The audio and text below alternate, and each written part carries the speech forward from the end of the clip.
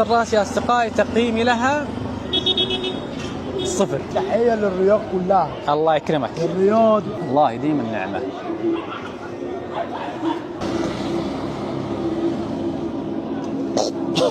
والله طعمه غير مقبول. من التسمم ولا ايه؟ بقول لك حبيبي تصور خد تعالى صور مساك يا حبيبي. ماشي انا هطلعك بقى وانت بص انت قناة ايه؟ عبد المحسن. عبد المحسن. احنا نصورك هنا وانت بتقطع اللحمه. الله يرضى ماشي. عليك. هذا مطعم بحة. احنا انا جاي المطعم بحة والله. السعوديه احلى. ابو سعودية. في السعوديه. اسمع عندكم كوارع ولا كل حاجه كل حاجه موجودة. والله الفسيخ عندكم كل حاجه موجودة. والله فسيخ لا يعني بتاع فسيخ صدق والله. لحمه راس ممبار فيش حلويات. اللهم صل على النبي. السلام عليكم يا معلم. طبعا صراحة أنا كنت رايح إلى مطعم اللي جنبه مطعم بحة علشان أجرب الكوارع، ولكن بما أن حبايبنا وقفونا هنا فنجرب من عندهم لأنه نفس الهدف يعني. تحية للرياض كلها. الله يكرمك. الرياض يا بعد راسي أنت. ممكن تقول لي هذه إيه؟ لحمة راس. هذه لحمة راس غنم ولا بقر؟ لا بقر. بقر. يا سلام. مشوية ولا مسلوقة ولا إيه؟ لا دي على الجريل. على الجريل. والمصريين في العادة يأكلونها مع الخبز ولا مع الملعقة؟ لا بالخبز طبعا. ممتاز. طبعا هذه الكوارع اللي هي الأرجل، مرقة الأرجل يا أصدقائي. طبعا معها قطع صغيرة لو تلاحظون اللي هي أرجل الغنم، وهنا لحمة الرأس. لحمة الرأس يا صديقي، وهذا اللسان، لسان الغنم. وحاطين لك ملح هنا، وحاطين لك الطحينية الشيء المعتاد مع اللحم والمشكل والخضروات والأشياء الجميلة، والويسكي يسمونه ويسكي الغلابة، وأنا أسميه الويسكي الحلال. تحط معها ليمون. شوف أول مرة أجرب الكوارع، يا رب تكون طعمها حلو. بس بسم الله. الله يديم النعمة.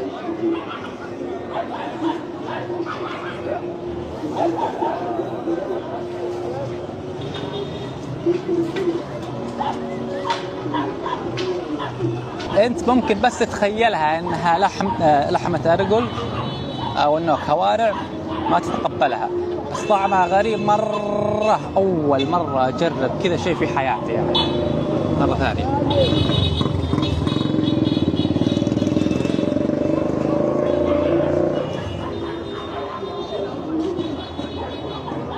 تحس أنك تاكل زيت.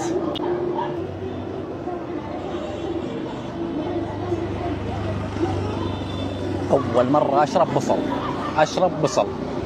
البصل النكهة الطاغية فيه. حبيبي الله يرضى عليك. شوية ملوخية. في رقم دكتور أخويا معالج روحاني على طول في السعودية بيعالج حالات. من التسمم ولا إيه؟ لا ده دكتور في السعودية روحاني. روحاني؟ روحاني كبير. يعني روحاني كيف؟ روحاني يعني مثلا واحدة تعبانة مثلا ما فيش إنجاب يعالجوا بالقرآن بيعالجوا. سبحان الله. اللي ما شاف لحمة الراس هذه.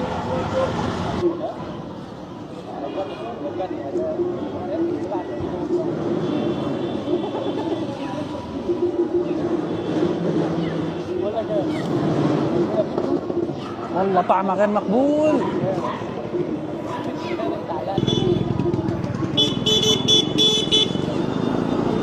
احس اني بطرش والله. ايوه عبده.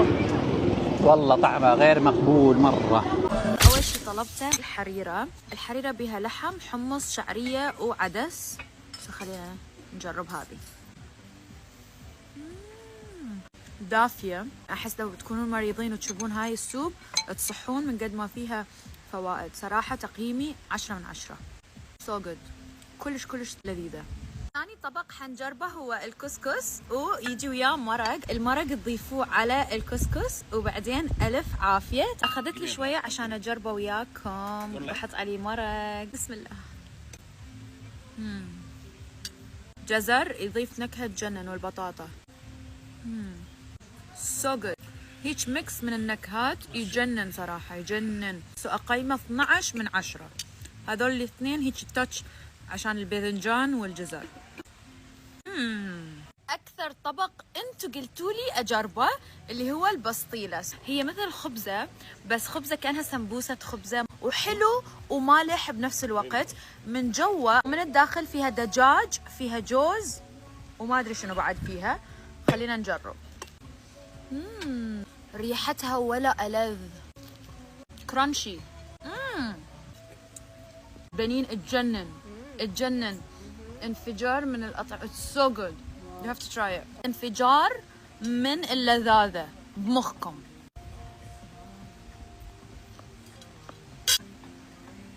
الطاجين هماتين من الأطباق اللي جدا مدحتوا لي إياها. جبتها بالدجاج. يلا نجرب الطاجين. الطاجين أحس حيكون طبق ماما المفضل لأنه هي تحب هاي المكسات. المطبخ المغربي يا الله على اللذاذة، وخصوصا البسطيلة والكسكسي والحريرة والطاجين. بعد ايش بقى نور؟ اكتبوا لي أكلات ثانية أجربها. حبيت أجرب وياكم الأكل المغربي مع بعض. التنور في مراكش عند خالد العياشي. هذا لحم التنور، يحطوا لكم الخروف البلدي بالتنور خلال ساعتين ويكون جاهز. عندكم هذه الخرفان يجهزوها وعقب يحطوها لكم بالتنور بدون اي بهارات ما شاء الله. هني هذا جهز يودونه للتقطيع. هذا خروف جاهز. هذا لحم التنور ما شاء الله، الخروف البلدي ما شاء الله ما شاء الله. المطعم عنده فطور وغدا وعشاء، لكن لحم التنور يبدأ الساعة 1. اللي يبي يلحق على لحم التنور الساعة 1 لأن الساعة 3 الظهر تخلص جميع الذبايح. تخيل كده فراخ وعليها سكر بودرة وقرفة. دي أول مرة هجرب الأكل المغربي. وهم كلاود كيتشن اسمهم دار لالا، معرفش إذا كنت بنطق الاسم صح ولا لأ. وجبت منهم أشهر الأطباق اللي بيقدموها ومشهورة في المغرب. نسخن كده بسلطة الزعلوك، عبارة عن بتنجان بالصلصة وبتتقدم باردة. كانت خطيرة، شبه جدا المسقعة عندنا. ودي سلطة الباربا، بتبقى بنجر وتين مجفف وعين جمل وجبنة ماعز ومعاها دريسنج بتاعها. حلو قوي. ونروح لأكلة مشهورة جدا في المغرب وهي البسطيلة. أجرب الأول اللي باللحمة والليمون المعصفر والزيتون. عجبتني قوي هي واللي لسه جديدة عندهم، لحمة بالبصل المكرمل ومتزينة باللوز. اللي كانت غريبة بالنسبة لي وهي أشهر واحدة اللي بالفراخ واللوز والبصل المكرمل ومرشوش عليها سكر بودرة وقرفة.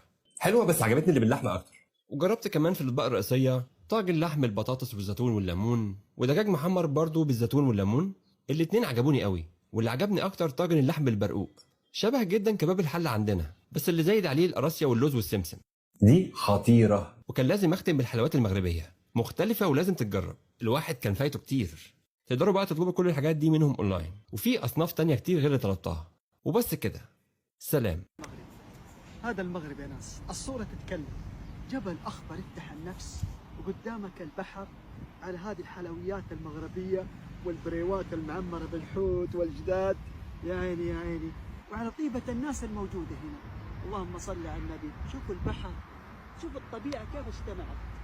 هنا الصورة تتكلم، هنا نقف قليلا وكثيرا بعد. يا جماعة جيت لمكان في المغرب بادية على كيفكم. تعالوا شوفوا، تعالوا شوفوا. ما شاء الله تبارك الله. هذه جلستي. شوفوا الروعة يا جماعة الخير. المكان هدوء. هنا صفاء الذهن. ما تسمع صوت العصافير، صوت الطبيعة. الطبيعة تتكلم. هاي هاي هاي هاي هاي روعة. المكان روعة. اللي يبغى يعرف المكان يكتب لي في التعاليق. تحياتي له.